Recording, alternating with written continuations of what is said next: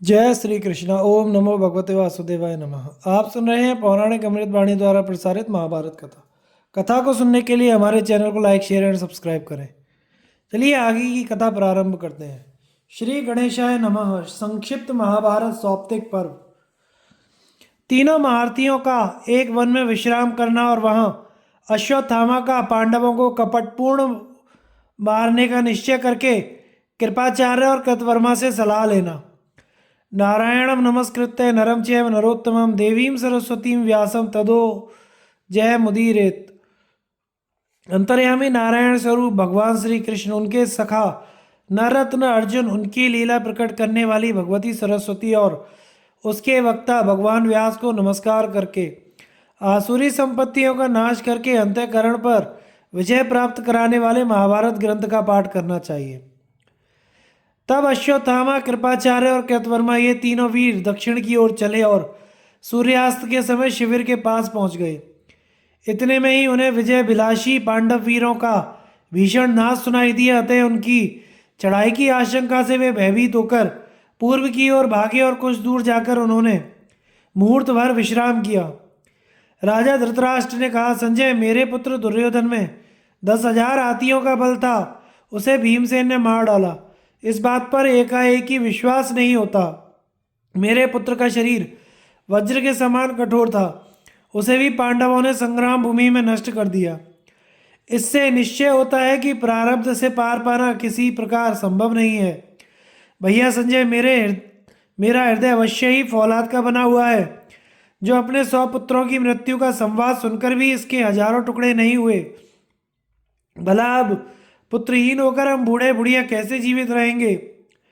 मैं एक राजा का पिता और स्वयं राजा ही था, 100 पांडवों का दास बनकर किस प्रकार अपना जीवन व्यतीत करूंगा। ओह, जिसने अकेले ही मेरे 100 के 100 पुत्रों का वध कर डाला और मेरी जिंदगी के आखिरी दिन दुखमय कर दिए, उस भीमसेन की बातों को मैं कैसे सुन सकूंगा। अच्छा संजय, यह तो बताओ, इस प्रकार बेटा दुर्योधन के अधर्म पूर्वक मारे जाने पर कृतवर्मा, कृपाचार्य और अश्वत्थामा ने क्या किया। संजय ने कहा, राजन, आपके पक्ष के ये तीनों वीर थोड़ी ही दूर गए थे कि इन्होंने तरह तरह की वृक्ष लताओं से भरा हुआ एक भयंकर वन देखा। वहां थोड़ी देर विश्राम करके उन्होंने घोड़ों को पानी पिलाया और थकावट दूर हो जाने पर उस सघन वन में प्रवेश किया। वहां चारों ओर दृष्टि डालने पर उन्हें एक विशाल वट वृक्ष दिखाई दिया, जिसकी हजारों शाखाएं सब ओर फैली हुई थी। उस वट के पास पहुंचकर वे महारथी अपने रथों से उतर पड़े और स्नान आदि करके संध्या वंदन करने लगे। इतने में ही भगवान भास्कर अस्ताचल के शिखर पर पहुंच गए और संपूर्ण संसार में निशा देवी का अधिपत्य हो गया। सब और छिटके हुए ग्रह, नक्षत्र और तारों से सुशोभित गगन मंडल दर्शनीय वितान के समान शोभा पाने लगा। अभी रात्रि का आरंभ काल ही था। कृतवर्मा, कृपाचार्य और अश्वत्थामा दुख और शोक में डूबे हुए उस वट वृक्ष के निकट पास ही बैठ गए और कौरव तथा पांडवों के विगत संहार के लिए शोक प्रकट करने लगे। अत्यंत थके होने के कारण नींद ने उन्हें धर दबाया। इससे आचार्य कृप और कृतवर्मा सो गए। यद्यपि ये महामूल्य पलंगों पर सोने वाले, सब प्रकार की सुख सामग्रियों से संपन्न और दुख के अनभ्यासी थे, तो भी अनाथों की तरह पृथ्वी पर ही पड़ गए। किंतु अश्वत्थामा इस समय अत्यंत क्रोध और रोष में भरा हुआ था, इसलिए उसे नींद नहीं आई। उसने चारों ओर वन में दृष्टि डाली तो उसे वट वृक्ष पर बहुत से कौए दिखाई दिए। उस रात हजारों कौओं ने उस वृक्ष पर बसेरा लिया था और वे आनंद से अलग अलग घोंसलों में सोए हुए थे।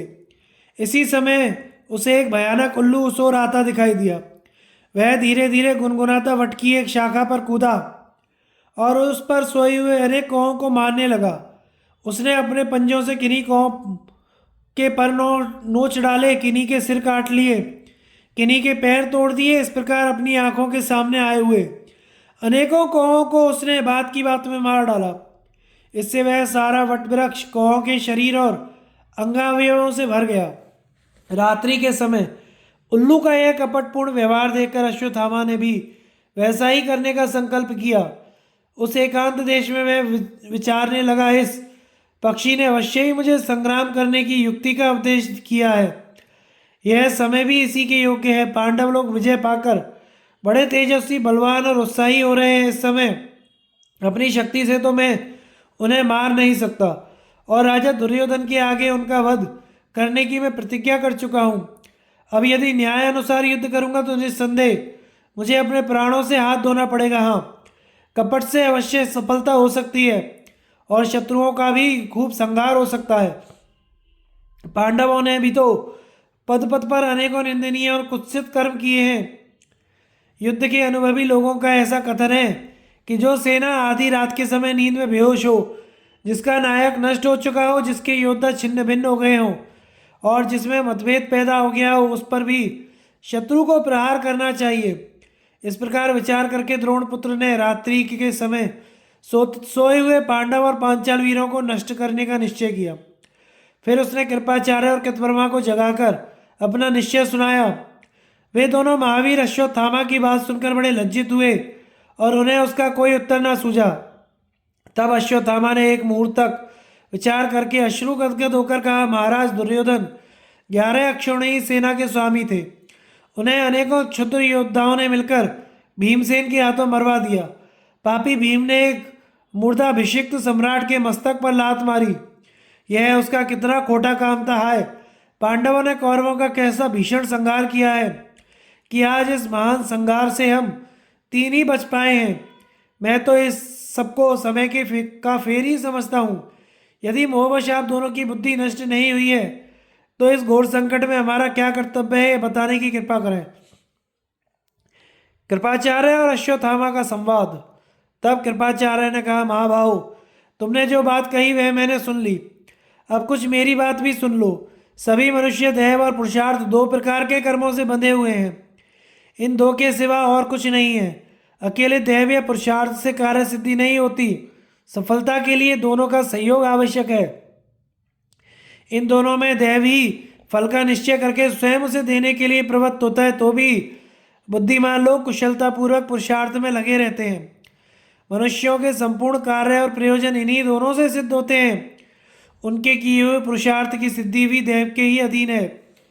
दैव की अनुकूलता से ही उन्हें फल की प्राप्ति होती है। कार्य कुशल मनुष्य दैव के अनुकूल ना होने पर जो कार्य हाथ में लेते हैं बहुत सावधानी से करने पर भी उसका कोई फल नहीं होता। इसके विपरीत जो लोग आलसी और अमनस्वी होते हैं उन्हें तो किसी काम को आरंभ करना ही अच्छा नहीं लगता। किंतु बुद्धिमानों को यह बात नहीं रुचती, क्योंकि संसार में कोई भी कर्म प्राय निष्फल नहीं देखा जाता, परंतु कर्म ना करने पर तो दुखी दिखाई देता है। जो प्रयत्न ना करने पर भी देवयोग से ही सब प्रकार के फल प्राप्त कर लेते हैं, अथवा जिन्हें चेष्टा करने पर भी कोई फल नहीं मिलता, ऐसे लोग तो बिरले ही होते हैं। तथापि तत्परता पूर्वक कार्य में लगे हुए मनुष्य आनंद से जीवन व्यतीत कर सकते हैं और आलसियों को कभी सुख नहीं मिलता। इस जीवलोक में प्राय तत्परता के साथ कर्म करने वाले ही अपना हित साधन करते देखे जाते हैं। यदि उन्हें कार्य आरंभ करने पर भी कोई फल नहीं मिलता तो उनकी किसी प्रकार निंदा नहीं की जा सकती, परंतु जो बिना कुछ किए ही फल पा लेता है उसकी लोक में निंदा होती है और प्राय लोग उससे द्वेष करने लगते हैं। इस प्रकार जो पुरुष दैव और पुरुषार्थ दोनों के सहयोग को ना मानकर केवल दैव या पुरुषार्थ के ही भरोसे पड़ा रहता है, वह अपना अनर्थ ही करता है। यह बुद्धिमानों का निश्चय है। कई बार उद्योग करने पर भी जो फल नहीं मिलता उसमें पुरुषार्थ की न्यूनता और दैव ये 2 कारण हैं, परंतु पुरुषार्थ ना करने पर तो कर्म सिद्ध हो ही नहीं सकता। अतः जो पुरुष वृद्धों की सेवा करता है, उनसे अपना कल्याण साधन पूछता है और उनके बताए हुए हितकारी वचनों का पालन करता है, उसका यह आचरण ठीक माना जाता है। कार्य आरंभ कर देने पर वृद्धजनों द्वारा सम्मानित पुरुषों से बार बार सलाह लेनी चाहिए। कार्य की सफलता में वे परम कारण माने जाते हैं तथा सिद्धि उन्हीं की आश्रित कही जाती है। जो पुरुष वृद्धों की बात सुनकर कार्य आरंभ करता है उसे अपने कार्य का फल बहुत जल्दी प्राप्त हो जाता है, किंतु जो पुरुष राग, क्रोध, भय या लोभ से किसी कार्य में प्रवृत्त होता है वह उसमें सफलता पाने में असमर्थ रहता है और तुरंत ही ऐश्वर्य से भ्रष्ट हो जाता है। दुर्योधन भी लोभी और ऊंची बुद्धि का पुरुष था। उसने असमर्थ होने पर भी मूर्खता के कारण बिना विचार किए अपने हितैषियों का अनादर करके दुष्टजनों की सलाह से यह काम आरंभ किया था। पांडव लोग गुणों में उससे बढ़े चढ़े थे, तथापि बहुत रोकने पर भी उसने उनसे वैर ठाना। वह पहले से ही बड़ा दुष्ट स्वभाव का था, इसलिए धीरज धारण ना कर सका और ना उसने अपने मित्रों की ही बात सुनी। इसी से अपने प्रयास में विफल होकर उसे पश्चाताप करना पड़ा। हम लोगों ने उस पापी का पक्ष लिया, इसलिए हमें भी यह महान अनर्थ भोगना पड़ा। मैं बहुत सोचता हूँ, तथापि इस कष्ट से संतप्त होने के कारण मेरी बुद्धि तो आज कोई भी हित की बात नहीं सोचती। मनुष्य जब स्वयं हिताहित का विचार करने में असमर्थ हो जाए तो उसे अपने सुहृदों से सलाह लेनी चाहिए। वहीं इसे बुद्धि और विनय की प्राप्ति हो सकती है, वहीं इसे अपने हित का साधन मिल सकता है। पूछने पर वे लोग जैसी सलाह दें वही इसे करना चाहिए। अतः हम लोग राजा धृतराष्ट्र, गांधारी, महामती विदुर जी से मिलकर सलाह लें और हमारे पूछने पर जैसा वे कहें वही हम करें। मेरी बुद्धि तो यही निश्चय करती है। यह बात तो निश्चित ही है कि कार्य आरंभ किए बिना सफलता कभी नहीं मिलती। जिनका काम उद्योग करने पर भी सिद्ध नहीं होता, उनका तो प्रारब्ध ही खोटा समझना चाहिए।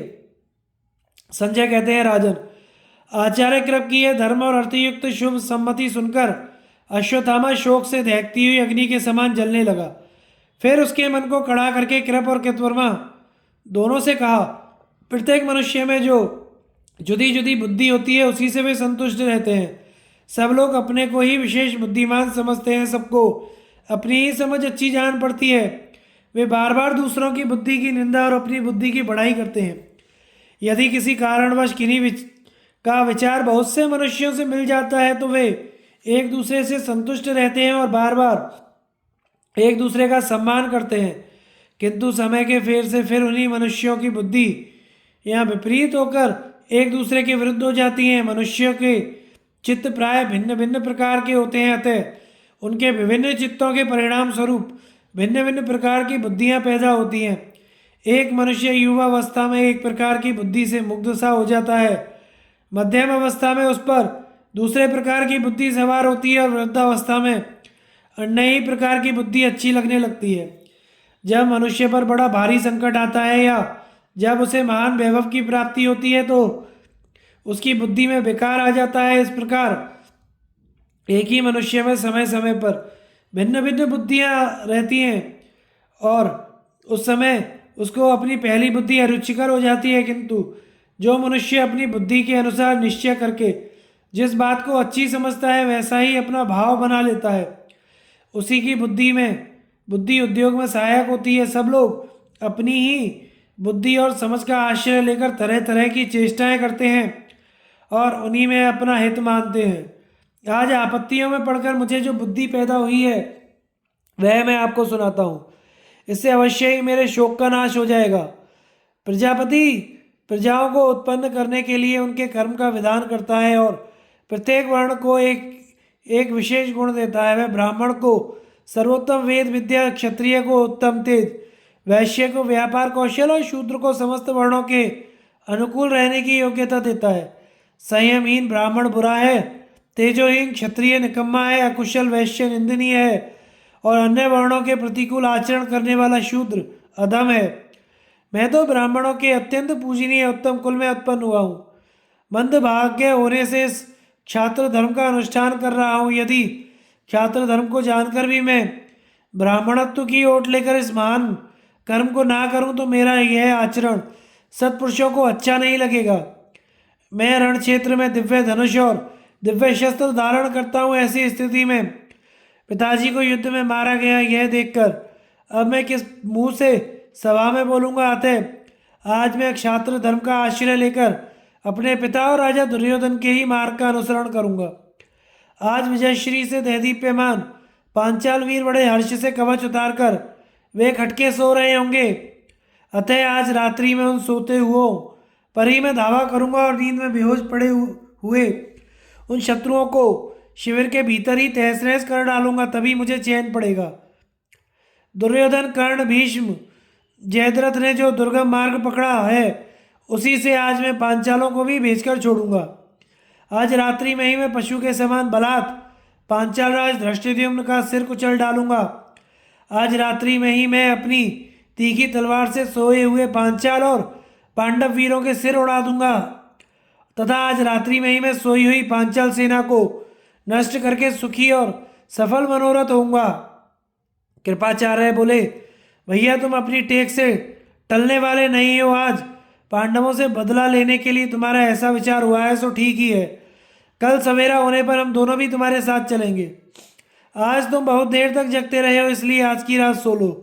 इससे तुम्हें कुछ विश्राम मिल जाएगा, तुम्हारी नींद पूरी हो जाएगी और तुम्हारा चित्त भी ठिकाने आ जाएगा। इसके बाद यदि तुम शत्रुओं का सामना करोगे तो अवश्य ही उनका वध कर सकोगे। हम लोग भी रात भर सोकर नींद और थकान से छूट जाएं। रात बीतने पर हम शत्रुओं का संहार करेंगे। फिर तो जो भी शत्रु हमारा सामना करेंगे उन्हें हम तीनों मिलकर मारेंगे। जब संग्राम भूमि में मेरा तुम्हारा साथ होगा और कृतवर्मा भी तुम्हारी रक्षा करेगा तो साक्षात इंद्र भी हमारे पराक्रम को सहन नहीं कर सकेगा। भैया कृतवर्मा और मैं पांडवों को युद्ध में परास्त किए बिना पीछे पांव नहीं रखेंगे। या तो हम संग्राम भूमि में पांडवों के सहित क्रोधातुर और पांचालों का संहार करके ही लौटेंगे या वहीं प्राणों की बलि देकर स्वर्ग प्राप्त करेंगे। मैं तुमसे सच कहता हूँ, कल हम पूरे उद्योग से संग्राम में तुम्हारी सहायता करेंगे। मामा कृपाचार्य के इस प्रकार हित की बात कहने पर अश्वत्थामा ने क्रोध से आंखें लाल करके कहा, जो पुरुष दुखी है, क्रोध में भरा हुआ है, किसी अर्थ के चिंतन में लगा हुआ है अथवा किसी कार्य सिद्धि की उधेड़ बुन में व्यस्त है, उसे नींद कैसे आ सकती है? आप विचार कीजिए, ये चारों बातें मुझे घेरे हुए हैं। मेरी नींद को तो क्रोध ने ही हराम कर दिया है। इन पापियों ने जिस प्रकार मेरे पिताजी का वध किया है वह बात रात दिन मेरे हृदय को जलाती रहती है। उसके कारण मुझे तनिक भी चैन नहीं है। आपने तो यह सब प्रत्यक्ष ही देखा था। उससे हर समय मेरे मर्म स्थानों में पीड़ा रहती है। हाय, मेरे जैसा व्यक्ति इस लोक में एक मुहूर्त भी किस प्रकार जी रहा है। मैंने पांचालों के मुख से द्रोण मारे गए यह शब्द सुना था, इसलिए अब मैं धृष्टद्युम्न को मारे बिना जीवित नहीं रह सकता। राजा दुर्योधन की जंघाएं टूट गईं। उनकी वे दुख भरी बातें सुनकर ऐसा कौन कठोर चित्त है जिसकी आंखों से आंसू नहीं निकलेंगे। मेरे जीवित रहते मेरे मित्र मंडली की ऐसी दुर्दशा हुई, इससे मेरा शोक बहुत ही बढ़ गया है। आज मेरा मन एकतार होकर इसी उधेड़ बुन में लगा रहता है। ऐसी स्थिति में मुझे नींद कैसे आ सकती है और सुख भी कैसे मिल सकता है? जिस समय दूतों ने मुझे मित्रों की पराजय और पांडवों की विजय का संवाद सुनाया था, उसी समय मेरे हृदय में आग सी लग गई थी। इसलिए मैं तो आज ही सोए हुए शत्रुओं का संहार करके विश्राम लूंगा, तभी निश्चित होकर सोऊंगा। कृपाचार्य ने कहा, अश्वत्थामा, मेरा विचार है कि जिस मनुष्य की बुद्धि ठीक नहीं है और इंद्रियों पर जिसका काबू नहीं है, वह धर्म और अर्थ को पूरी तरह नहीं जान सकता।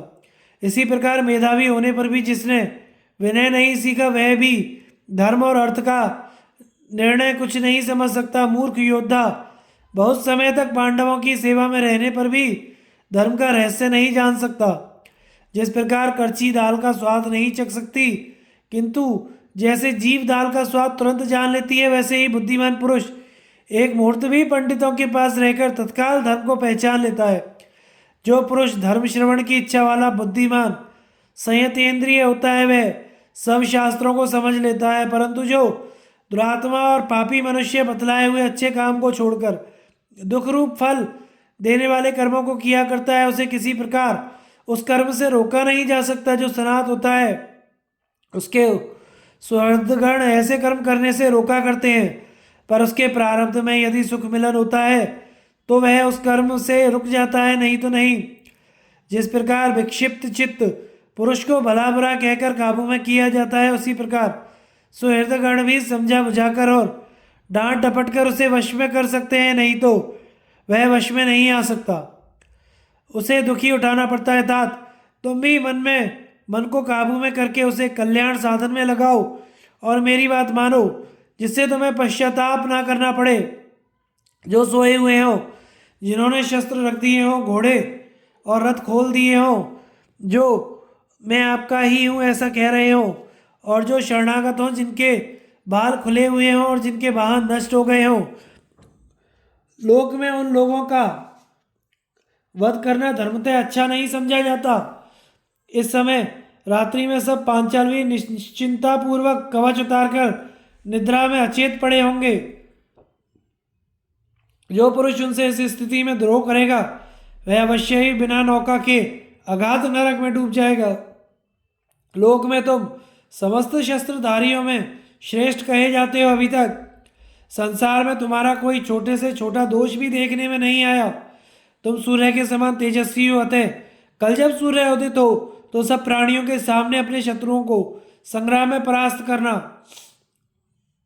अश्वत्थामा बोला, मामा जी आप जैसा कहते हैं निस्संदेह वह ठीक है, परंतु इस धर्म मर्यादा के तो पांडवों ने पहले ही सैकड़ों टुकड़े कर डाले।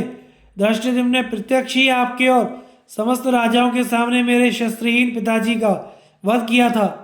रथियों में श्रेष्ठ कर्ण को जब उनका पहिया फंस गया था वे बड़े संकट में पड़ गए थे, उसी समय अर्जुन ने मार डाला था।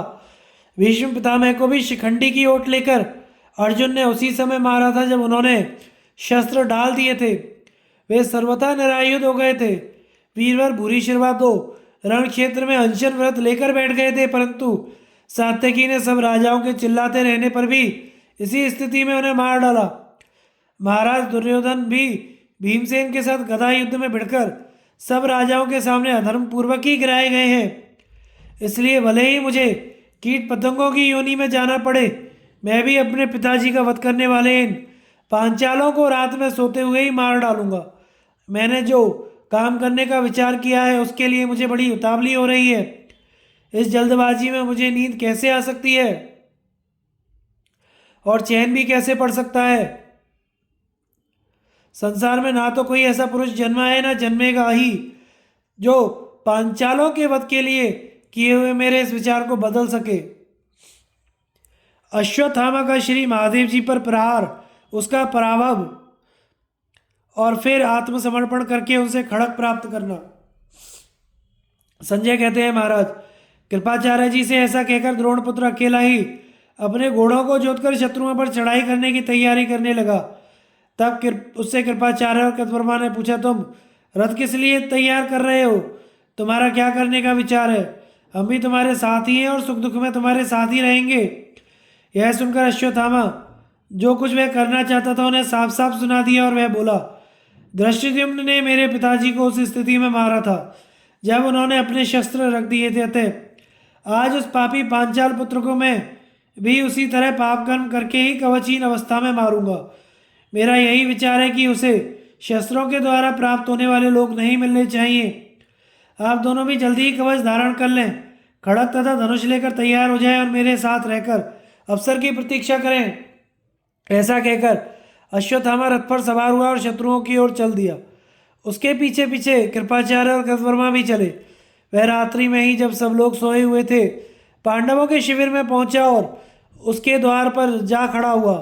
वहां उसने चंद्रमा और सूर्य के समान तेजस्वी एक विशालकाय पुरुष को दरवाजे पर खड़ा देखा। उस महापुरुष को देखकर शरीर में रोमांच हो जाता था। वह व्याघ्र चर्म धारण किए ऊपर से मृग चर्म ओढ़े तथा सर्पों का यज्ञोपवीत पहने हुए था। उसकी विशाल भुजाओं में तरह तरह के शस्त्र सुशोभित थे। बाजूबंदों के स्थान पर बड़े बड़े सर्प बंधे हुए थे तथा उसके मुख से अग्नि की ज्वालाएं निकल रही थी। उसके मुख, नाक, कान और हजारों नेत्रों से भी बड़ी बड़ी लपटें निकल रही थी। उसके तेज की किरणों से शंख चक्र गदा धारण करने वाले सैकड़ों और हजारों विष्णु प्रकट हो जाते थे। समस्त लोगों को भयभीत करने वाले उस अद्भुत पुरुष को देखकर भी अश्वत्थामा घबराया नहीं, बल्कि उस पर अनेकों दिव्य अस्त्रों की वर्षा सी करने लगा।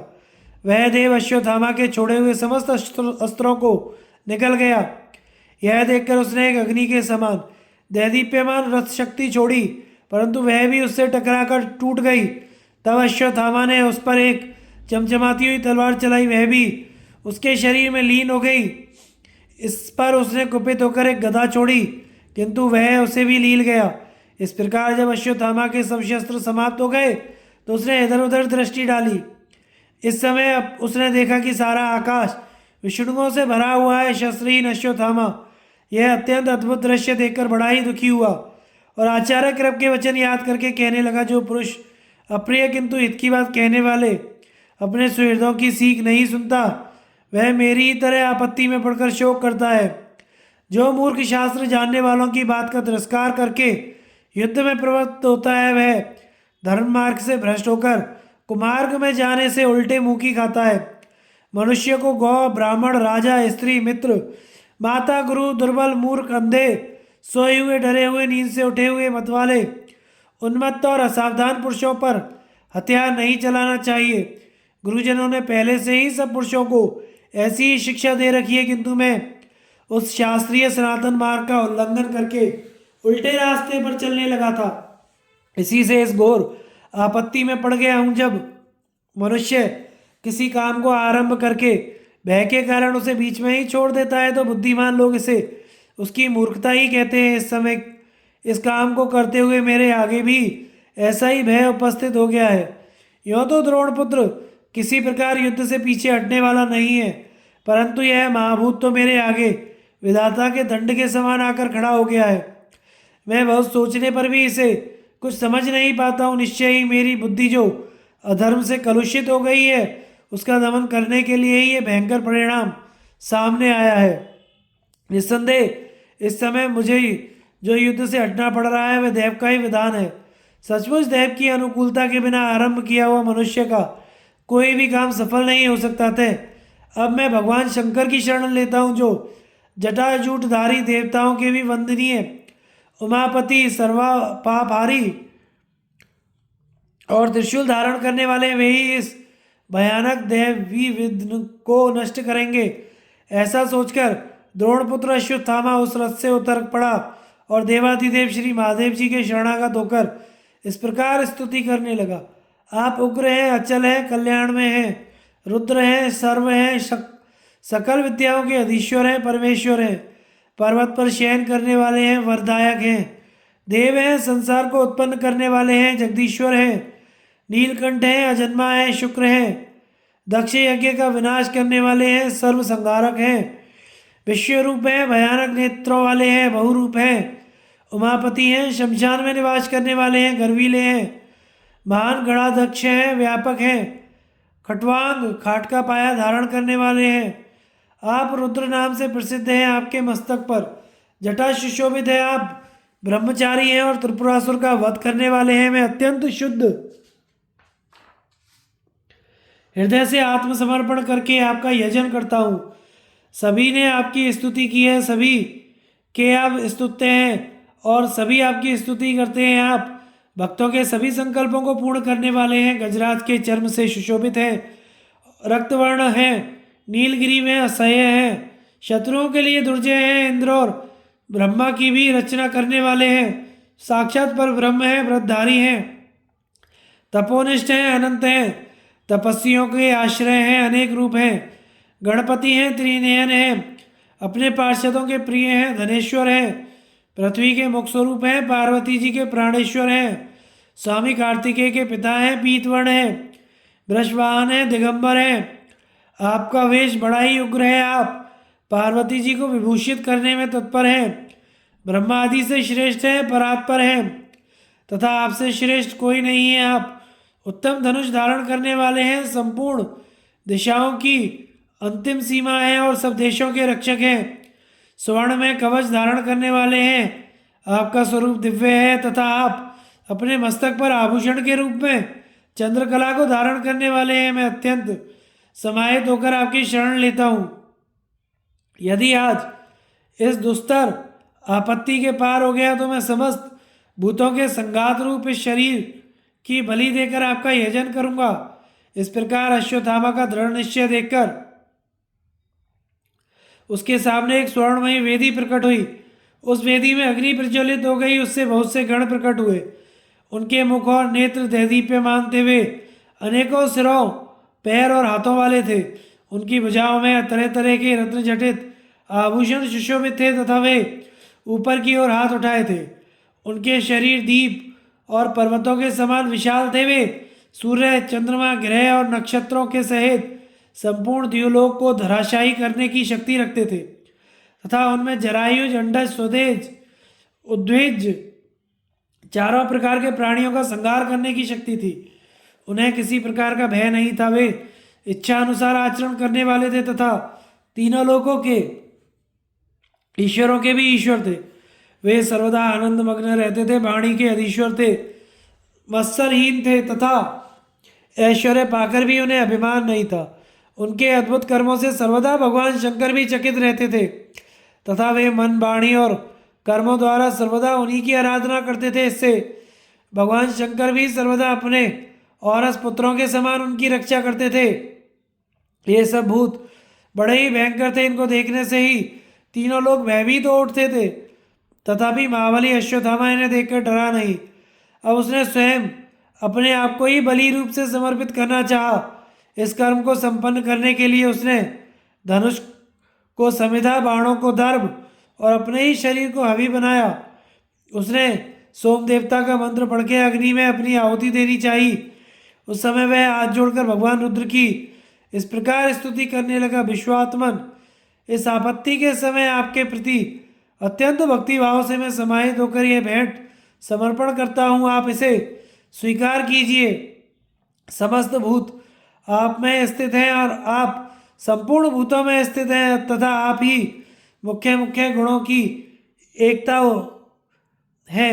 विभो, आप समस्त भूतों के आश्रय हैं। यदि इन शत्रुओं का पराभव मेरे द्वारा नहीं हो सकता तो आप अवश्य रूप से अर्पण किए हुए शरीर को स्वीकार कीजिए।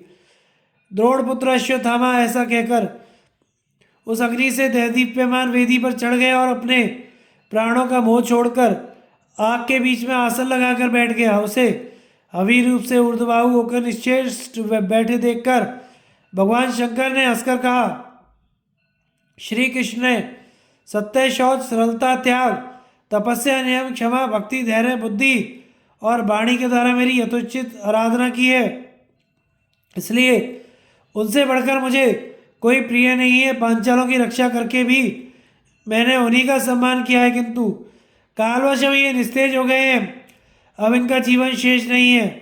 ऐसा कहकर भगवान शंकर ने अश्वत्थामा को एक तेज तलवार दी और अपने आप को उसी के शरीर में लीन कर दिया।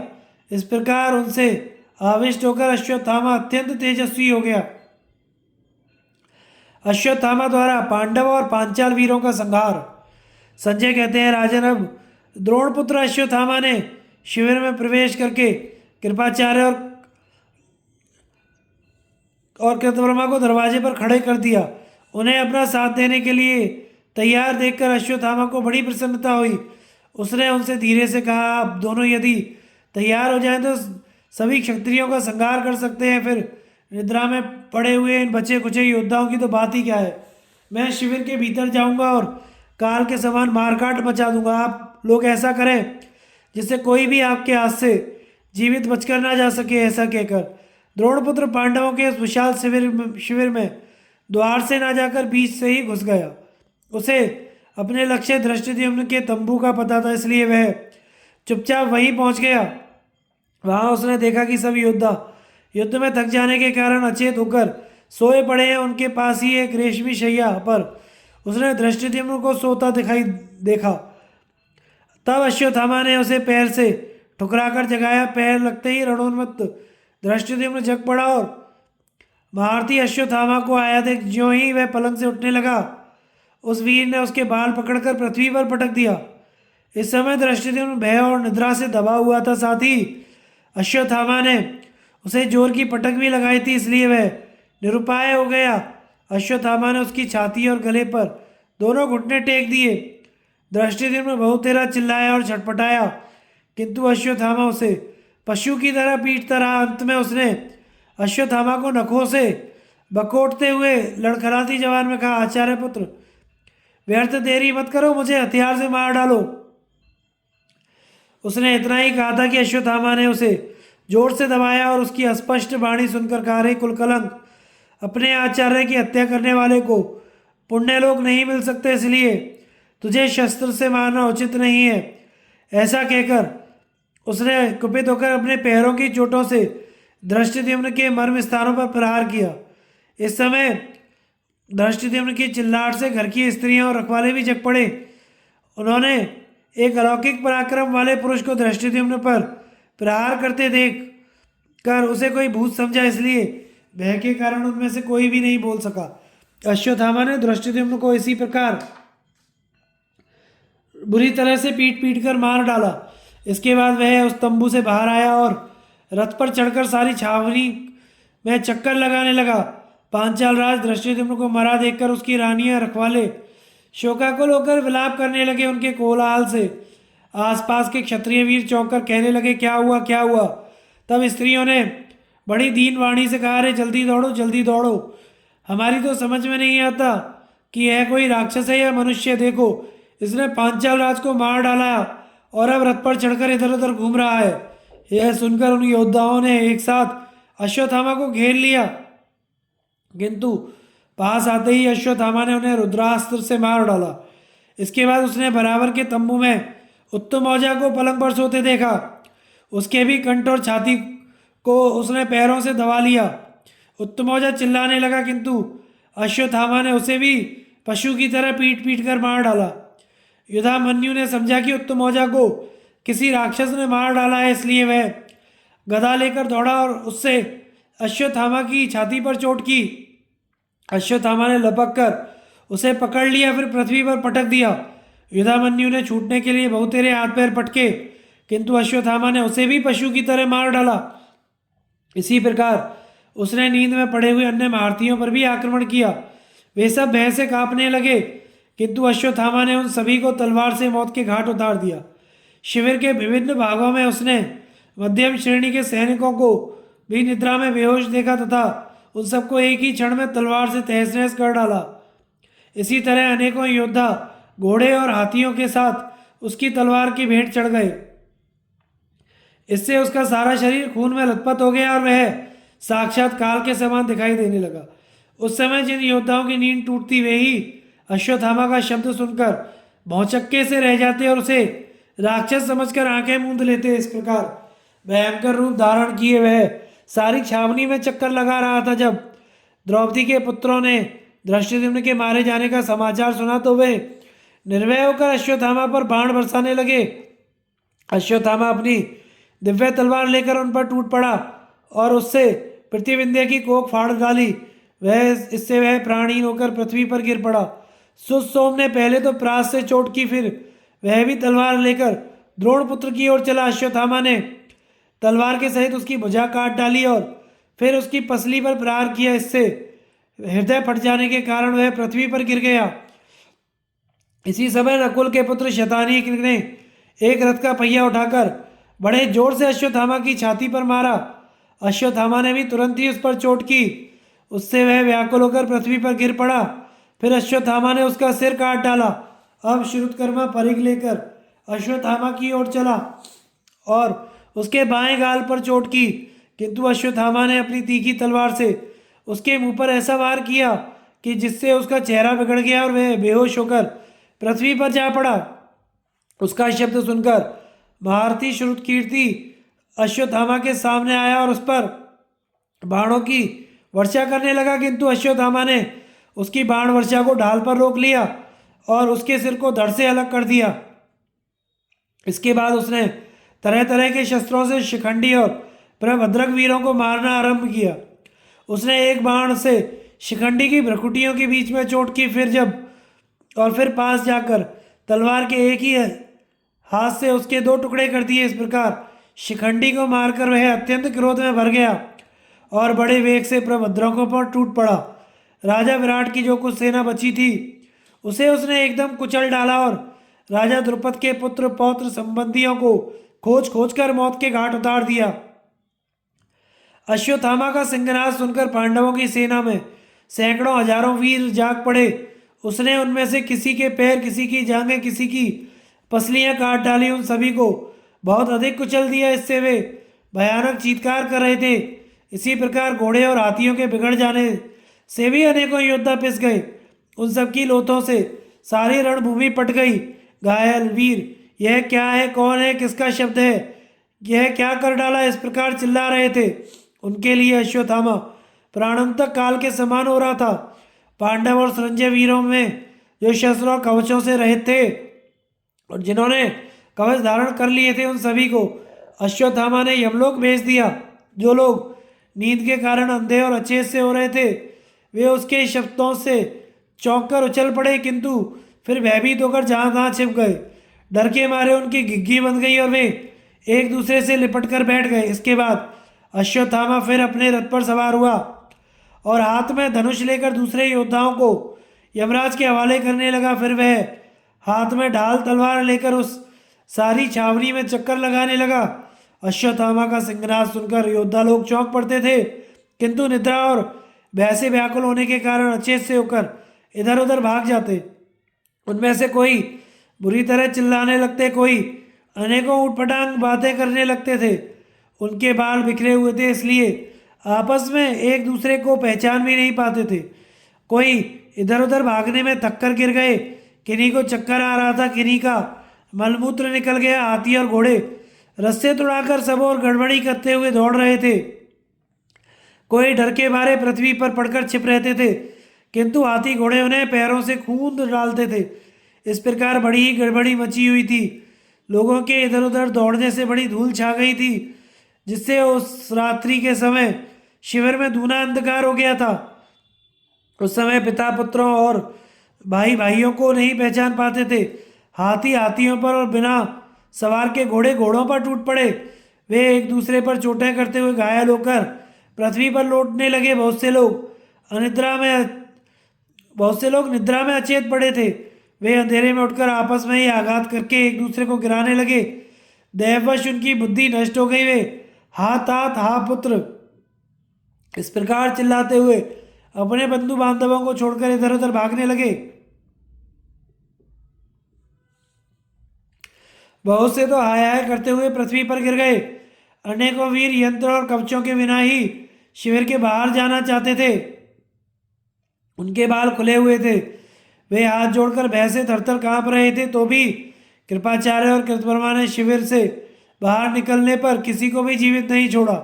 इन दोनों ने अश्वत्थामा को प्रसन्न करने के लिए शिविर के तीन ओर आग लगा दी। इससे सारी छावनी में उजाला हो गया और उसकी सहायता से अश्वत्थामा हाथ में तलवार लेकर सब ओर घूमने लगा। उस समय उसने अपने सामने आने वाले और पीठ दिखाकर भागने वाले दोनों ही प्रकार के योद्धाओं को तलवार के घाट उतार दिया। किन्हीं किन्हीं को तो उसने तिल के पौधे के समान ही बीच से ही दो करके गिरा दिया।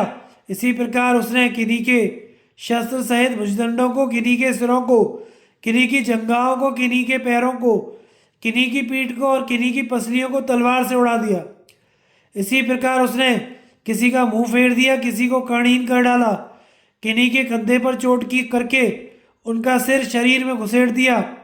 इस प्रकार वह अनेकों वीरों का संहार करता शिविर में घूमने लगा। उस समय अंधकार के कारण रात बड़ी भयावनी हो रही थी। हजारों मरे और अधमरे मनुष्यों से तथा अनेकों हाथी घोड़ों से पटी हुई पृथ्वी को देखकर हृदय कांप उठता था। लोग हाहाकार करते हुए आपस में कह रहे थे, भाई आज पांडवों के पास ना रहने से ही हमारी यह दुर्गति हुई है। अर्जुन को तो असुर, गंधर्व, यक्ष, राक्षस कोई भी नहीं जीत सकते, क्योंकि साक्षात श्री कृष्ण उनके रक्षक हैं। 2 घड़ी के बाद वह सारा कोलाहल शांत हो गया। सारी रणभूमि खून से तर हो गई, इसलिए एक क्षण में ही वह भयानक धूल से दब गई। अश्वत्थामा ने क्रोध में भरकर ऐसे हजारों वीरों को मार डाला जो किसी प्रकार बचाने के प्रयत्न में लगे हुए थे, एकदम घबराए हुए थे और जिनमें तनिक भी उत्साह नहीं था, जो एक दूसरे से लिपटकर पड़ गए थे, शिविर छोड़कर भाग रहे थे, छिपे हुए थे अथवा किसी प्रकार लड़ रहे थे। उनमें से भी किसी को जीवित उसने नहीं छोड़ा। जो लोग आग में झुलसे जाते थे और जो आपस में ही मारकाट कर रहे थे, उन्हें भी उसने यमराज के हवाले कर दिया। राजन, इस प्रकार आधी रात के समय द्रोणपुत्र ने पांडवों की उस विशाल सेना को बात की बात में यमलोक पहुंचा दिया। पौ फटते ही अश्वत्थामा ने शिविर से बाहर आने का विचार किया।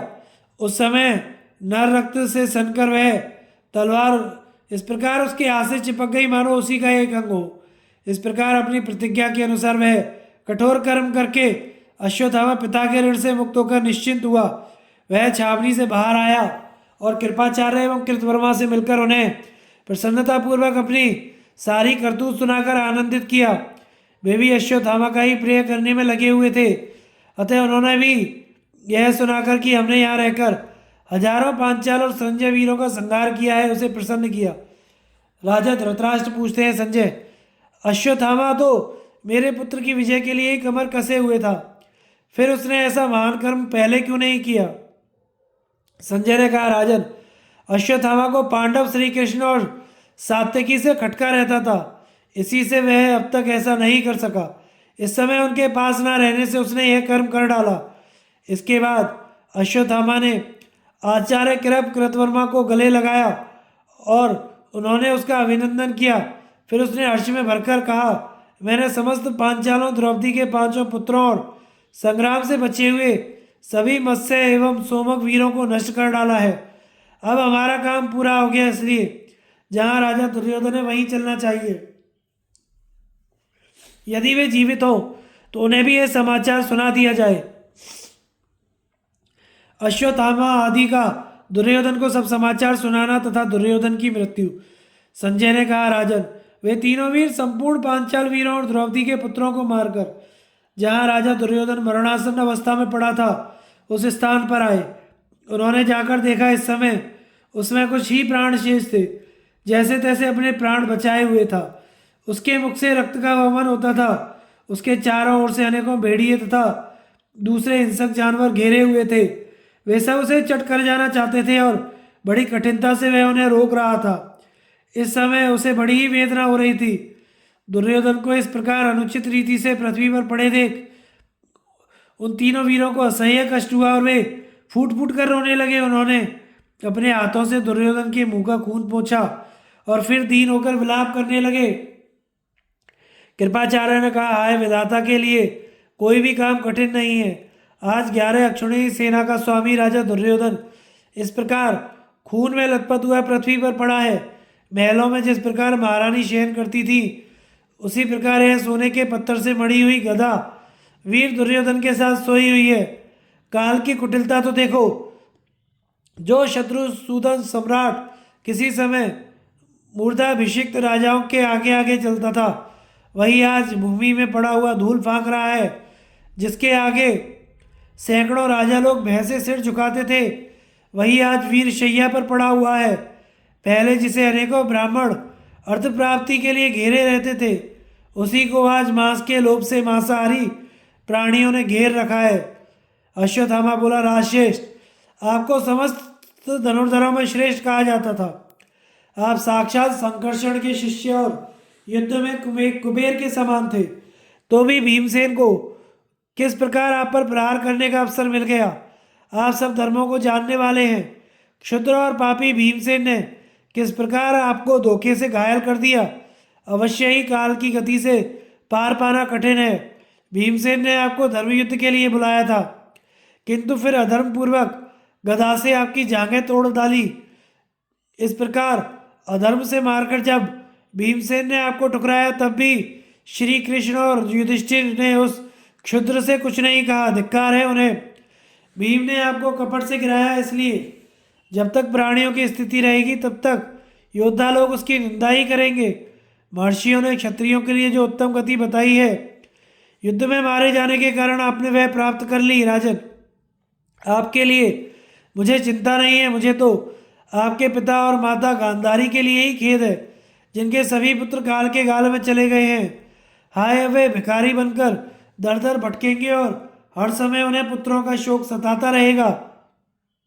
वृषणी वंशी कृष्ण और दुष्ट बुद्धि अर्जुन को धिक्कार है, जिन्होंने बड़ा भारी धर्मज्ञता का अभिमान रखकर भी भीमसेन के मारते समय कोई रोक टोक नहीं की। ये निर्लज्ज पांडव भी किस प्रकार कहेंगे कि हमने ऐसे ऐसे दुर्योधन को मारा था। गांधारी नंदन, आप धन्य हैं जो युद्ध में वीर गति को प्राप्त हुए। महारथी कृपाचार्य कृतवर्मा, मुझे धिक्कार है जो आप जैसे महाराज के साथ स्वर्ग नहीं सिधार रहे हैं। हम जो आपका अनुसरण नहीं कर रहे हैं, इससे यही जान पड़ता है कि एक दिन आपके सुकृतों का स्मरण करते करते हम यूं ही मर जाएंगे। स्वर्ग या अर्थ, इनमें से कोई भी हमारे हाथ नहीं लगेगा। ना जाने हमारा ऐसा कौन सा कर्म है जो हमें आपका साथ देने से रोक रहा है। तब तो निस्संदेह हमें बड़े दुख से इस पृथ्वी पर अपने दिन काटने पड़ेंगे। राजन, आपके ना रहने पर हमें शांति और सुख कैसे मिल सकते हैं। आप स्वर्ग सिधार रहे हैं, वहाँ सब आरतियों से आपकी भेंट होगी ही। उन सबकी ज्येष्ठता और श्रेष्ठता के अनुसार आप मेरी ओर से पूजा करें। पहले आप समस्त धनुर्धरों के ध्वजारूप आचार्य जी का पूजन करें और उन्हें सूचना दें कि आज अश्वत्थामा ने धृष्टद्युम्न को मार डाला है। फिर महाराज बालिक, महारथी, जयद्रथ, सोमदत्त, भूरिश्रवा और भी जो वीर पहले स्वर्ग पहुंच चुके हैं उनका मेरी ओर से आलिंगन करें और उनसे कुशल पूछें। राजन, यदि आप में कोई प्राण शक्ति मौजूद हो तो मेरी एक बात सुनिए, इससे आपके कानों को बड़ा आनंद मिलेगा। अब पांडव पक्ष के वे पांचों भाई श्री कृष्ण और सात्यकी, ये 7 वीर बचे हैं और हमारी ओर से मैं, कृतवर्मा और आचार्य कृप, ये 3 बाकी हैं। द्रौपदी के सब पुत्र, धृष्टद्युम्न के बच्चे तथा समस्त पांचाल युद्ध से बचे हुए मत्स्य वीरों का सफाया कर दिया गया है। पांडवों को जो बदला चुकाया गया उस पर ध्यान दीजिए। अब उनके भी बच्चे मार दिए गए हैं। आज उनके शिविर में जितने योद्धा और हाथी घोड़े थे उन सभी को मैंने तहस नहस कर दिया है। आज पापी धृष्टद्युम्न को भी मैंने पशु की तरह पीट पीट कर मार डाला है। दुर्योधन ने जब अश्वत्थामा की यह मन को प्यारी लगने वाली बात सुनी तो उसे कुछ चेत हो गया और वह कहने लगा, भाई, आज आचार्य कृप और कृतवर्मा सहित जो काम तुमने किया है वह तो भीष्म, कर्ण और तुम्हारे पिताजी भी नहीं कर सके। तुमने शिखंडी के सहित सेनापति धृष्टद्युम्न को मार डाला। इससे आज निश्चय ही मैं अपने को इंद्र के समान समझता हूं। तुम्हारा भला हो, अब स्वर्ग में ही हमारी तुम्हारी भेंट होगी। ऐसा कहकर वह मनुष्य दुर्योधन चुप हो गया और अपने सुहृदों को दुख में छोड़कर उसने अपने प्राण त्याग दिए। उसने स्वयं पुण्य धाम स्वर्गलोक में प्रवेश किया और उसका शरीर पृथ्वी पर पड़ा रहा। राजन, इस प्रकार आपके पुत्र दुर्योधन की मृत्यु हुई। वह रणांगण में सबसे पहले गया था और सबसे पीछे शत्रुओं द्वारा मारा गया। मरने से पहले दुर्योधन ने तीनों वीरों को गले लगाया और उन्होंने भी उसका आलिंगन किया। अश्वत्थामा के मुख से यह करुणाजनक संवाद सुनकर मैं शोकाकुल होकर दिन निकलते ही नगर में चला आया। इस प्रकार आप ही की खोटी सलाह से यह कौरव और पांडवों का भीषण संहार हुआ। आपका पुत्र स्वर्गवास होने से मैं अत्यंत शोकार्त हो गया हूँ। अब व्यास जी की कृपा से प्राप्त हुई मेरी दिव्य दृष्टि भी नष्ट हो गई है। वैशंपायन जी कहते हैं, राजन, महाराज धृतराष्ट्र इस प्रकार पुत्र की मृत्यु का संवाद सुनकर एकदम चिंता में डूब गए और लंबे लंबे गर्म श्वास लेने लगे। राजा युधिष्ठिर और द्रौपदी का मृत पुत्रों के लिए शोक तथा द्रौपदी की प्रेरणा से भीमसेन का अश्वत्थामा को मारने के लिए जाना। वैशंपायन जी कहते हैं, वह रात बीतने पर धृष्टद्युम्न के सारथी ने राजा युधिष्ठिर को शिविर में सोए हुए वीरों के संहार की सूचना दी। उसने कहा, महाराज, राजा द्रुपद के पुत्रों सहित सब द्रौपदी पुत्र शिविर में निश्चिंत होकर बेखबर सोए हुए थे। वे सभी मार डाले गए। आज रात्रि में क्रूर कृतवर्मा, कृपाचार्य और पापी अश्वत्थामा ने आपके सारे शिविर को नष्ट कर डाला है। इन्होंने प्रहास शक्ति और फरसों से हजारों योद्धा तथा हाथी घोड़ों को काटकर आपकी सेना का संहार कर डाला है। कृतवर्मा कुछ व्यग्र चित्त था, इसलिए सारी सेना में एक मैं ही किसी प्रकार बचकर निकल आया हूँ। सारथी की यह मंगलवाणी सुनकर कुंती नंदन युधिष्ठिर पुत्र शोक से व्याकुल हो पृथ्वी पर गिर पड़े। उसी समय सात्यकी, भीमसेन, अर्जुन और नकुल सहदेव ने उन्हें संभाला। चेत होने पर वे विलाप करते हुए कहने लगे, हाय, हम तो शत्रुओं को जीत चुके थे, किंतु आज उन्होंने हमें जीत लिया। हमने भाई, समवयस्क, पिता, पुत्र, मित्र, बंधु, मंत्री और पौत्रों की हत्या करके तो जय प्राप्त की, किंतु इस प्रकार जीतकर भी हम आज जीत लिए गए।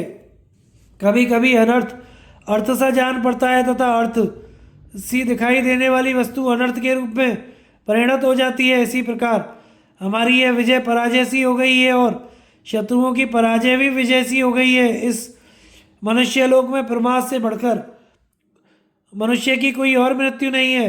प्रमादी मनुष्य को अर्थ सब प्रकार त्याग देते हैं और उसे अनर्थ सब ओर से घेर लेते हैं। वह विद्या, तप, वैभव, यश की किसी प्रकार प्राप्ति नहीं कर सकता। जिस प्रकार कोई व्यापारियों का बेड़ा समुद्र को पार करके किसी छोटी सी नदी में डूब जाए, उसी प्रकार आज हमारे प्रमाद से ही ये इंद्रतुल्य राजाओं के पुत्र पौत्र सहज में ही मारे गए हैं।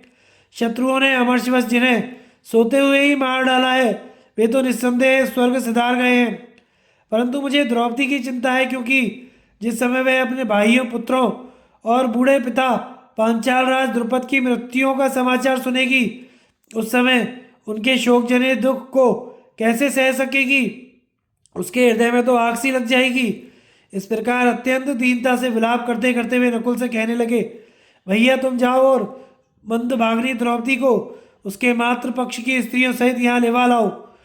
धर्मराज की आज्ञा पाकर नकुल रथ पर सवार हो उस डेरे की ओर गया जहाँ पांचाल राज की महिलाएं और महारानी द्रौपदी थी। नकुल को भेजकर महाराज युधिष्ठिर शोकाकुल सुहृदों के सहित रोते रोते उस स्थान पर गए जहाँ उनके पुत्र मरे पड़े थे। उस भीषण स्थान में पहुंचकर उन्होंने अपने खून में लथपथ सुहृदय सखाओं को पृथ्वी पर पड़े देखा।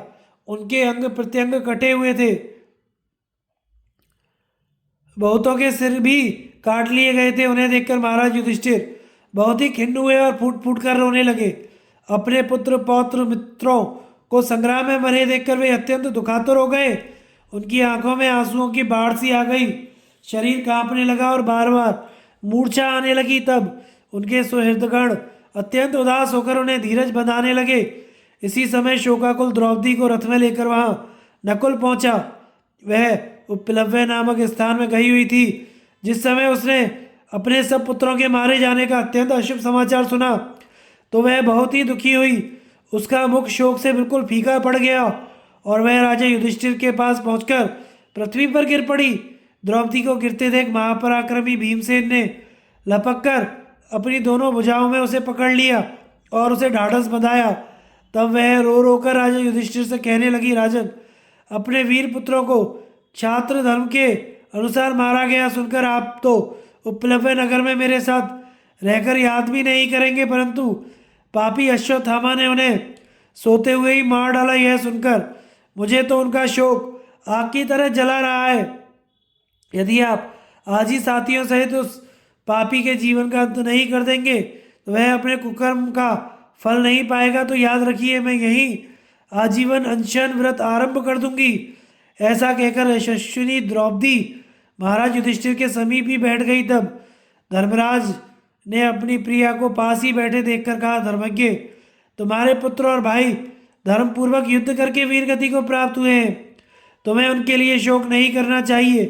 अश्वत्थामा तो यहाँ से बहुत दूर दुर्गम वन में चला गया है, उसे मार भी डाला जाए तो तुम्हें यह बात कैसे मालूम होगी। द्रौपदी ने कहा, राजन, मैंने सुना है कि अश्वत्थामा के सिर में जन्म के साथ ही उत्पन्न हुई एक मणि है, सो संग्राम में उस पापी का वध करके उस मणि को ले आना चाहिए। मेरा यही विचार है कि उसे आपके सिर पर धारण कराकर ही मैं जीवन धारण करूंगी। धर्मराज से ऐसा कहकर फिर द्रौपदी ने भीमसेन के पास आकर कहा, भीमसेन, आप छात्र धर्म की ओर देखकर मेरी रक्षा करें। इंद्र ने जैसे शंबरासुर को मारा था उसी प्रकार आप उस पापी का वध करें। यहाँ आपके समान पराक्रमी और कोई पुरुष नहीं है। वारणावत नगर में जब पांडवों पर बड़ा संकट आ पड़ा था तब आप ही ने इन्हें सहारा दिया था। हिडिंबासुर से पाला पड़ने पर भी आप ही इनके रक्षक हुए थे। विराट नगर में जब कीचक ने मुझे बहुत तंग किया तब भी आप ही ने उस दुख से मेरा उद्धार किया। आपने जिस प्रकार बड़े बड़े काम किए हैं उसी प्रकार इस द्रोण पुत्र को मारकर भी प्रसन्न होइए। द्रौपदी का यह तरह तरह का विलाप और भीषण दुख देखकर भीमसेन सह ना सके। वे अश्वत्थामा को मारने का निश्चय कर एक सुंदर धनुष लेकर रथ पर सवार हो गए तथा नकुल को अपना सारथी बनाया। उन्होंने बाण चढ़ाकर धनुष की टंकार की और शीघ्र ही घोड़ों को हकवा दिया और छावनी से निकलकर उन्होंने अश्वत्थामा के रथ का चिन्ह देखते हुए बड़ी तेजी से उसका पीछा किया। श्री कृष्ण का अश्वत्थामा के विषय में एक पूर्व प्रसंग सुनाना।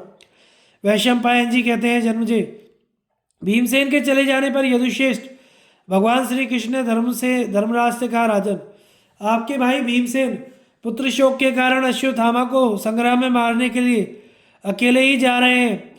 ये आपको अपने सब भाइयों से अधिक प्रिय हैं, फिर इस कठिनाई के समय आप उनकी सहायता के का उद्योग क्यों नहीं करते हैं? आचार्य द्रोण ने अपने पुत्र को जिस ब्रह्मास्त्र की शिक्षा दी है वह सारी पृथ्वी को भी भस्म कर सकता है। वही परमास्त्र उन्होंने प्रसन्न होकर अर्जुन को भी दिया है। अश्वत्थामा बड़ा असहनशील है। उसने तो अकेले अपने आप को ही इसे सिखाने की प्रार्थना की थी। आचार्य इसकी चपलता ताड़ गए थे और उन्होंने आदेश दिया था कि भैया बहुत बड़ी आपत्ति में पड़ जाने पर भी तुम इसका प्रयोग मत करना। विशेषतः मनुष्यों पर तो इसे छोड़ना ही मत, क्योंकि मैं देखता हूँ तुम सत्पुरुषों के मार्ग पर स्थिर रहने वाले नहीं हो। पिता के ये अप्रिय वचन सुनकर दुरात्मा अश्वत्थामा सब प्रकार के सुख की आशा छोड़कर बड़े शोक से पृथ्वी पर विचरने लगा। एक बार जिस समय आप लोग वन में थे, यह द्वारका में आकर विष्णुवंशियों के साथ रहा था और उन्होंने इसका बड़ा सत्कार किया था। एक दिन इसने एकांत में मेरे पास अकेले आकर कहा, कृष्ण, मेरे पिताजी ने बड़ी भीषण तपस्या करके अगस्त्य जी से जो ब्रह्मास्त्र प्राप्त किया था वह इस समय जैसा उनके पास है वैसा ही मेरे पास भी है। सो यदुश्रेष्ठ, आप मुझसे वह दिव्यास्त्र लेकर अपना चक्र मुझे दे दीजिए। तब मैंने कहा, देखो, ये मेरे धनुष, शक्ति चक्र और गदा पड़े हैं। तुम इनमें से जो जो अस्त्र लेना चाहो वही मैं तुम्हें दे देता हूँ। तुम जिसे उठा सको और जिसका युद्ध में प्रयोग कर सको वही अस्त्र ले लो, और मुझे जो अस्त्र देना चाहते हो वह भी मत दो। तब इसने मेरे साथ स्पर्धा रखते हुए 1000 अरों वाला और वज्र की नाभि वाला मेरा लोहे के चक्र लेना चाहा। मैंने कहा, ले लो। इसने उछलकर बाएं हाथ से उसे उठाने का प्रयत्न किया, किंतु उस स्थान से उसे टस से मस भी नहीं कर सका। फिर उसने दाएं हाथ से उठाने की चेष्टा की, किंतु पूरा प्रयत्न करने पर भी जब यह उसे उठाने या चलाने में समर्थ ना हुआ तो अत्यंत उदास होकर हट गया। जब अपने उद्देश्य में असफल होकर यह निराश हो गया और इसे बहुत खेद हुआ तो मैंने पास बुलाकर कहा, जिसकी ध्वजा में वानर का चिन्ह सुशोभित है वह गांडीवधारी अर्जुन देवता और मनुष्य सभी में सम्मानित है। उसने द्वंद्व युद्ध में देवाधिदेव नीलकंठ उमापति भगवान शंकर को संतुष्ट कर दिया था। उससे बढ़कर संसार में मुझे कोई भी पुरुष प्रिय नहीं है। किंतु जैसा तुम कह रहे हो वैसी बात तो कभी उसने भी मुंह से नहीं निकाली। मैंने 12 वर्ष तक कठोर ब्रह्मचर्य का व्रत का पालन करते हुए हिमालय में भीषण तपस्या करके यह अस्त्र पाया था। साक्षात सनत कुमार जी ही प्रद्युम्न रूप से मेरी सहधर्मिणी रुक्मिणी के गर्भ से उत्पन्न हुए हैं। किंतु जिस चक्र को तुम मांग रहे हो उसे तो कभी उन्होंने भी नहीं मांगा। महाबली बलराम जी तथा गद और सांब ने भी इसे लेने की इच्छा प्रकट नहीं की। तुम भरतवंश के आचार्य द्रोण के पुत्र हो और सभी यादव तुम्हारा सम्मान करते हैं। फिर इस चक्र को लेकर तुम किसके साथ युद्ध करना चाहते हो? मैंने इस प्रकार कहा तो अश्वत्थामा ने कहा, कृष्ण, मैं आपका पूजन करके फिर ही आपके साथ युद्ध करूंगा। भगवान सच कहता हूँ, मैंने आपके इस देवता और दानवों से पूजित चक्र को इसलिए मांगा है जिससे मैं अजय हो जाऊं। किंतु अब मैं अपनी दुर्लभ कामना को पूर्ण किए बिना ही यहाँ से चला जाऊंगा। आप केवल इतना कह दीजिए कि तेरा कल्याण हो। इस भयंकर चक्र को वीर शिरोमणि आप ही ने धारण कर रखा है। इसके समान संसार में कोई दूसरा चक्र नहीं है और इसे धारण करने की शक्ति भी आपके सिवा किसी में नहीं है। ऐसा कहकर अश्वत्थामा मुझसे रथ में जोतने योग्य घोड़े और तरह तरह के रत्न लेकर चला गया। यह बड़ा क्रोधी, दुष्ट, चंचल और क्रूर स्वभाव वाला है। इसे ब्रह्मास्त्र का भी ज्ञान है, इसलिए इस समय भीमसेन की रक्षा बहुत आवश्यक है। अश्वत्थामा और अर्जुन का एक दूसरे पर ब्रह्मास्त्र छोड़ना तथा नारद और व्यास जी का उन्हें शांत करा देना। वैशंपायन जी कहते हैं, राजन, ऐसा कहकर श्री कृष्ण सब प्रकार के अस्त्र शस्त्रों से सुसज्जित एक श्रेष्ठ रथ पर चढ़े और उस रथ का रंग उदय होते हुए सूर्य के समान लाल था। उसके दाहिनी धुरे में शैव्य और बाएं में सुग्रीव नाम का घोड़ा जुता हुआ था तथा उसे अगल बगल से मेघ पुष्प और बलाक नाम के घोड़े खींचते थे। उस रथ पर विश्वकर्मा का बनाया हुआ रत्न और धातुओं से विभूषित ध्वजा का डंडा उठी हुई माया के समान जान पड़ता था। उसकी ध्वजा पर पक्षीराज गरुड़ विराजमान थे। इस अद्भुत रथ पर भगवान श्री कृष्ण बैठ गए और उनके बैठने पर अर्जुन तथा राजा युधिष्ठिर उस पर सवार हो गए। उनके चढ़ जाने पर श्री कृष्ण ने अपने तेज घोड़ों को चाबुक से हाँका। घोड़े बड़ी ही तेजी से भीमसेन के पीछे चल दिए और तुरंत ही उनके पास पहुंच गए। इस समय भीमसेन क्रोधातुर होकर शत्रु का संहार करने के लिए तुले हुए थे, इसलिए इन महारथियों के रोकने पर भी वे नहीं रुके। वे इनके देखते देखते अपने घोड़े दौड़ाते श्री गंगा जी के तट पर पहुंच गए, जहां उन्होंने अश्वत्थामा को बैठा सुना था। किंतु उस स्थान पर पहुंचकर उन्होंने गंगा जी की धार के पास ही परम यशस्वी व्यास जी को अनेकों ऋषियों के साथ बैठे देखा। उनके पास ही क्रूरकर्मा अश्वत्थामा भी मौजूद था। उसने अपने शरीर में घृत लगा रखा था और वह कुशा के वस्त्र पहने हुए था। कुंती नंदन भीमसेन उसे देखते ही अरे खड़ा तो रहे, इस प्रकार चिल्लाते हुए धनुष बाण लेकर उसकी ओर दौड़े। द्रोणपुत्र अश्वत्थामा यह देखकर कि धनुर्धर भीम तथा उसके पीछे राजा युधिष्ठिर और अर्जुन भी मेरी ओर आ रहे हैं, बहुत डर गया। उसने निश्चय किया कि अब ब्रह्मास्त्र के प्रयोग का समय आ गया है। तुरंत ही उसने अपने उस दिव्य अस्त्र का चिंतन किया और अपने बाएं हाथ से एक सीख उखाड़ ली। फिर ऐसा संकल्प करके कि पृथ्वी पांडवहीन हो जाए, उसने क्रोध में भरकर संपूर्ण लोगों को मुंह में डालने के लिए वह प्रचंड अस्त्र छोड़ दिया।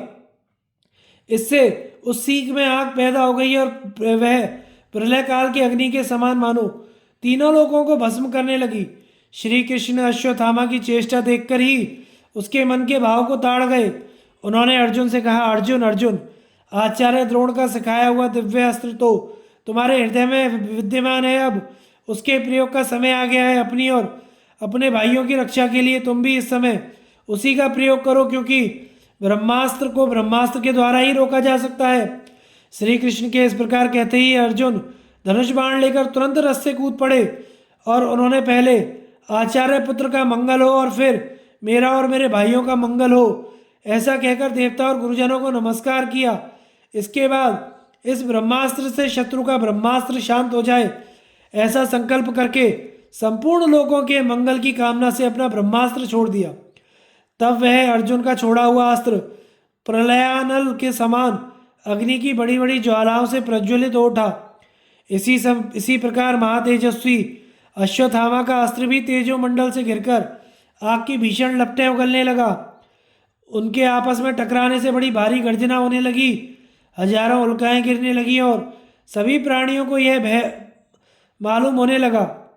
आकाश में बड़ा शब्द होने लगा और सर्वत्र अग्नि की लपटें फैल गईं तथा पर्वत वन और वृक्षों सहित सारी पृथ्वी डगमगाने लगी। इस प्रकार उन दोनों अस्त्रों के तेज से समस्त लोगों को संतप्त करने लगे। यह देखकर अर्जुन और अश्वत्थामा को शांत करने के लिए वहां देवर्षि और नारद और महर्षि व्यास ने एक साथ ही दर्शन दिया। दोनों मुनिश्रेष्ठ देवता और मनुष्यों के पूजनीय और अत्यंत यशस्वी हैं। ये संपूर्ण लोगों के हित की कामना से उन दोनों अस्त्रों को शांत कराने के लिए उनके बीच में आकर खड़े हो गए और कहने लगे, पूर्व काल में जो तरह तरह के शस्त्रों को जानने वाले महारथी हो गए हैं, उन्होंने इन अस्त्रों का प्रयोग कभी मनुष्यों पर नहीं किया। फिर वीरों, तुम दोनों ने ही यह महान अनिष्टकारी साहस क्यों किया? उन अग्नि के समान तेजस्वी महर्षियों को देखते हुए ही अर्जुन ने बड़ी फुर्ती से अपना दिव्यास्त्र लौटा लिया और फिर उसने हाथ जोड़कर कहा, भगवान, मैंने तो इसी उद्देश्य से यह अस्त्र छोड़ा था कि इसके द्वारा शत्रु का छोड़ा हुआ ब्रह्मास्त्र शांत हो जाए। अब इस अस्त्र को लौटा लेने पर तो पापी अश्वत्थामा अवश्य ही अपने अस्त्र के प्रभाव से हम सबको भस्म कर देगा। इसलिए इस समय जैसा करने से हमारा और सब लोगों का हित हो, उसी के लिए आप हमें सलाह दें। ऐसा कहकर अर्जुन ने उस ब्रह्मास्त्र को वापस लौटा लिया। उसे लौटा लेना तो देवताओं के लिए भी कठिन था। संग्राम में एक बार छोड़ देने पर उसे लौटाने में तो अर्जुन के सिवा स्वयं इंद्र भी समर्थ नहीं था। वह अस्त्र ब्रह्म तेज से प्रकट हुआ था। असंयमी पुरुष उसे छोड़ तो सकता था, किंतु उसे लौटाने का सामर्थ्य ब्रह्मचारी के सिवा किसी में नहीं था। यदि कोई ब्रह्मचर्यहीन पुरुष उसे एक बार छोड़कर फिर लौटाने का प्रयत्न करता तो वह अस्त्र कुटुंब सहित उस व्यक्ति का ही सिर काट लेता था। अर्जुन ब्रह्मचारी और व्रती था। उसने दुष्प्राप्य होने पर भी यह परमास्त्र प्राप्त कर लिया था, परंतु बड़ी भारी विपत्ति पड़ने के सिवा और किसी समय इसका प्रयोग नहीं करता था।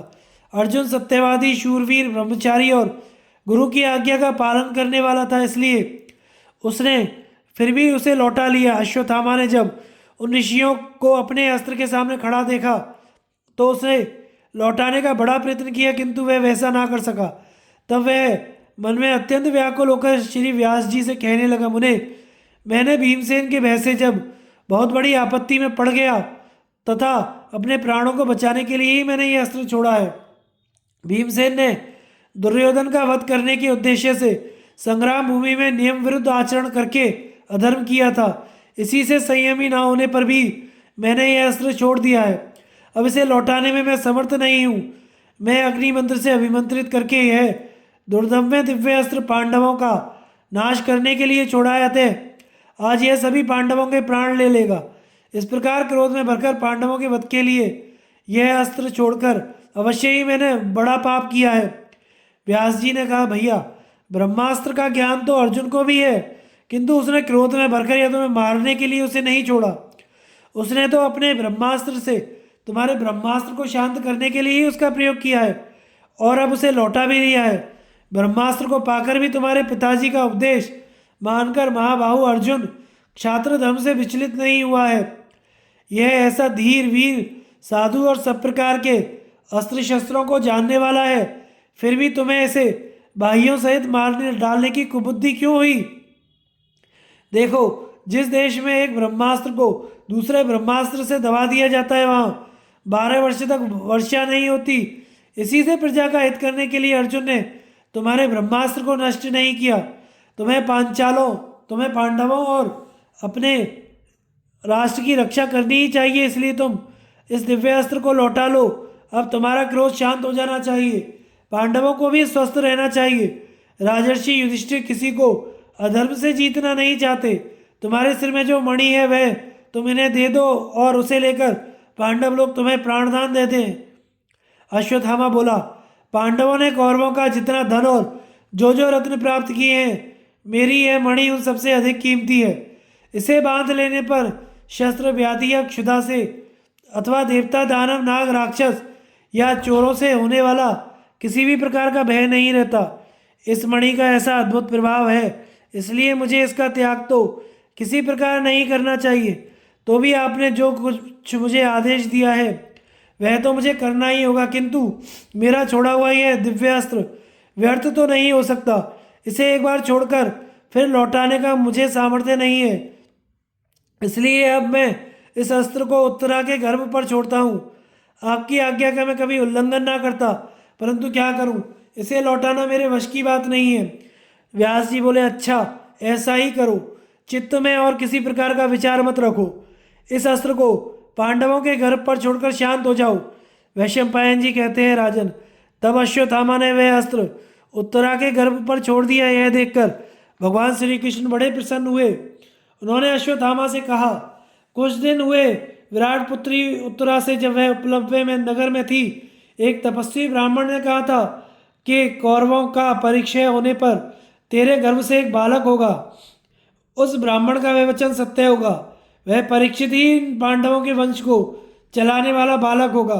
श्री कृष्ण के ऐसा कहने पर अश्वत्थामा ने क्रोध में भरकर कहा, केशव, तुम पांडवों का पक्ष लेकर जो बात कह रहे हो वह कभी नहीं हो सकती। मेरा वाक्य झूठा नहीं होगा। मेरा यह भयानक अस्त्र अवश्य ही उसके गर्भ पर गिरेगा। श्री भगवान ने कहा, इस दिव्य अस्त्र का वार तो अवश्य ही अमोघ होगा, किंतु वह गर्भ मरा हुआ उत्पन्न होने पर भी फिर दीर्घ जीवन प्राप्त करेगा। हाँ, तुम्हें अवश्य सभी समझदार पापी और कायर समझते हैं, क्योंकि तुम बार बार पाप ही बटोरते हो और बालकों की हत्या करते हो, इसलिए तुम्हें इस पाप का फल भोगना पड़ेगा। तुम 3000 वर्ष तक इस पृथ्वी में भटकते रहोगे और किसी भी जगह किसी पुरुष के साथ तुम्हारी बातचीत नहीं हो सकेगी। तुम्हारे शरीर में से पीप और लोहू की गंध निकलेगी, इसलिए तुम मनुष्यों के बीच नहीं रह सकोगे, दुर्गम वनों में ही पड़े रहोगे। परीक्षित तो दीर्घायु प्राप्त करके वेद व्रत धारण करेगा और फिर आचार्य कृप से सब प्रकार के अस्त्र शस्त्रों का ज्ञान प्राप्त करेगा। इस प्रकार उत्तम उत्तम अस्त्रों का ज्ञान प्राप्त करके वह क्षात्र धर्म का अनुसरण करते हुए 60 वर्ष तक पृथ्वी का राज्य करेगा। दुरात्मन देखना, यह परीक्षित नाम का राजा तुम्हारी आंखों के सामने ही कुरुवंश की गद्दी पर बैठेगा। वह तुम्हारे शस्त्र की ज्वाला से जल अवश्य जाएगा, परंतु मैं उसे पुनः जीवित कर दूंगा नराधम। उस समय तुम मेरे तप और सत्य का प्रभाव देख लेना। व्यास जी कहने लगे, द्रोणपुत्र, तुमने मेरी भी बात ना मानकर ऐसा क्रूर कर्म किया है और ब्राह्मण होकर भी तुम्हारा आचरण ऐसा खोटा है, इसलिए देवकी नंदन श्री कृष्ण ने जो बात कही है वह अवश्य सत्य होगी, क्योंकि इस समय तुमने स्वधर्म को छोड़कर क्षात्र धर्म स्वीकार कर रखा है। अश्वत्थामा बोला, ब्राह्मण, भगवान श्री कृष्ण की बात ठीक हो। अब मैं मनुष्यों में केवल आपके ही साथ रहूंगा। पांडवों का द्रौपदी के पास आकर उसे मणि देना तथा श्री कृष्ण का राजा युधिष्ठिर को अश्वत्थामा के अद्भुत पराक्रम का रहस्य बताना। वैशंपायन जी कहते हैं, राजन, इसके बाद अश्वत्थामा पांडवों को मणि देकर उन सबके सामने ही उदास मन से वन को चला गया। इधर पांडव भी श्री कृष्ण, नारद और व्यास जी को आगे करके बड़ी तेजी से मनस्विनी द्रौपदी के पास आए, जो इस समय अन्न त्याग किए बैठी थी। वहां वे उसे चारों ओर से घेर कर बैठ गए। फिर राजा युधिष्ठिर की आज्ञा से भीमसेन ने द्रौपदी को वह मणि दी और उसे कहा, भद्रे, लो, यह मणि है। तुम्हारे पुत्रों को के वध करने वाले को हमने जीत लिया है। अब उठो और शोक त्याग कर क्षात्र धर्म का विचार करो। जिस समय श्री कृष्ण संधि के लिए कौरवों के पास जा रहे थे, उस समय तुमने इनसे कहा था कि केशव, आज पांडव लोग मेरे अपमान की बात भूलकर शत्रुओं के साथ मेरा मेल करना चाहते हैं। इससे मैं समझती हूँ कि मेरे ना तो पति है, ना पुत्र, और ना भाई ही है, तथा ना ही तुम ही मेरे हो। सो आज अपने उन क्षत्रिय धर्मोचित वाक्यों को याद करो। पापी दुर्योधन मारा गया, मैंने तड़पते हुए दुशासन का रक्तपान भी कर लिया, तथा द्रोणपुत्र को तो हमने जीत लिया। ब्राह्मण और गुरुपुत्र समझकर ही उसे जीता छोड़ दिया। उसका सारा यश मिट्टी में मिल चुका। हमने उसकी मणि छीन ली और अस्त्र पृथ्वी पर डलवा लिए हैं। यह सुनकर द्रौपदी ने कहा, गुरुपुत्र तो मेरे लिए गुरु के ही समान है। मैं तो केवल उससे अपने अनिष्ट का ही बदला लेना चाहती थी। अब इस मणि को महाराज अपने मस्तक पर धारण करें।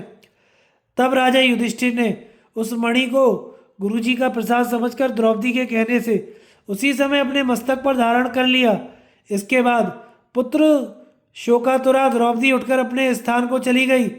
राजन महाराज युधिष्ठिर ने रात के समय जो जो वीर मारे गए थे उनके लिए शोकातुर होकर श्री कृष्ण से कहा, कृष्ण, अश्वत्थामा तो शस्त्र विद्या में विशेष कुशल भी नहीं था, फिर भी उसने मेरे सभी महारथी पुत्र हजारों योद्धाओं के साथ अकेले ही लोहा लेने वाले शस्त्र विशारद द्रुपद पुत्रों को कैसे मार डाला।